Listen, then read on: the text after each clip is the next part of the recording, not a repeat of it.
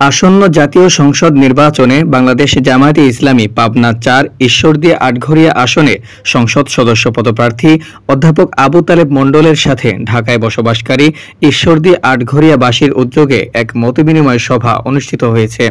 ৮ November শনিবার বাদ মাগরিব উত্তরার শিসেল পার্টি সেন্টারে এ মতবিনিময় সভা অনুষ্ঠিত হয়।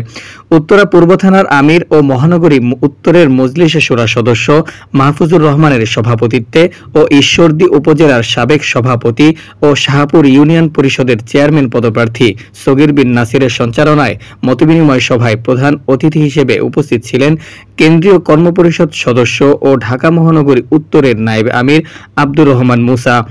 বিশেষ অতিথি হিসেবে উপস্থিত ছিলেন কেন্দ্রীয় মজলিসে শুরা সদস্য জামাল উদ্দিন, পাবনা জেলার সিনিয়র নায়েবে আমির মাওলানা জহুরুল ইসলাম খান, ইসলামী ছাত্র শিবিরের সাবেক কেন্দ্রীয় সভাপতি ইঞ্জিনিয়ার সিরাজুল ইসলাম এবং মঞ্জুরুল ইসলাম, ইয়র্ক হসপিটালের সিইও তানভীর আলম, ছাত্র শিবিরের সাবেক কেন্দ্রীয় প্রচার সম্পাদক ও তুরাগ থানার নায়েবে আমির কামরুল হাসান, পাবনা জেলার সাবেক সভাপতি ফজলুর রহমান, ইঞ্জিনিয়ার নাজমুল ইসলাম, পাবনা জেলার সাবেক সভাপতি ইসহাক আলী, হাফেজ হানজালা, ছাত্র শিবিরের কেন্দ্রীয় সহকারী সাংস্কৃতিক সম্পাদক ও পাবনা জেলার সাবেক সভাপতি ইসরাইল হোসেন শান্ত, ইঞ্জিনিয়ার আবুল কালাম আজাদ সহ বিভিন্ন পর্যায়ের নেতৃবৃন্দ।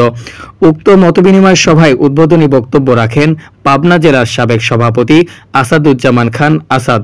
অধ্যাপক আবু তালেব মণ্ডল তার বক্তব্যে বলেন, জাতীয়ভাবে ইশতেহার ঘোষণা হবে, তবে ঈশ্বরদী আটঘরিয়ার জন্য বিশেষভাবে ইশতেহার ঘোষণা করে লিফলেট আকারে জনগণের কাছে পৌঁছে দেওয়া হবে। জাতীয়ভাবে তো একটা ইশতেহার আসবেই, ম্যানিফেস্টো আসবেই, সেই সাথে ঈশ্বরদী এবং আটঘরিয়ার জন্য স্পেসিফিক আর একটু কনসাইজ করে আমি কিছু নোট করেছি।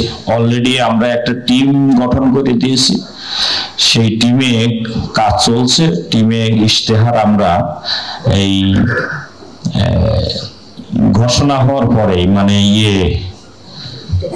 তফসিল ঘোষণা হওয়ার পরেই জনগণের হাতে আমরা এটা দিয়ে দিতে পারবো ইনশাল্লাহ।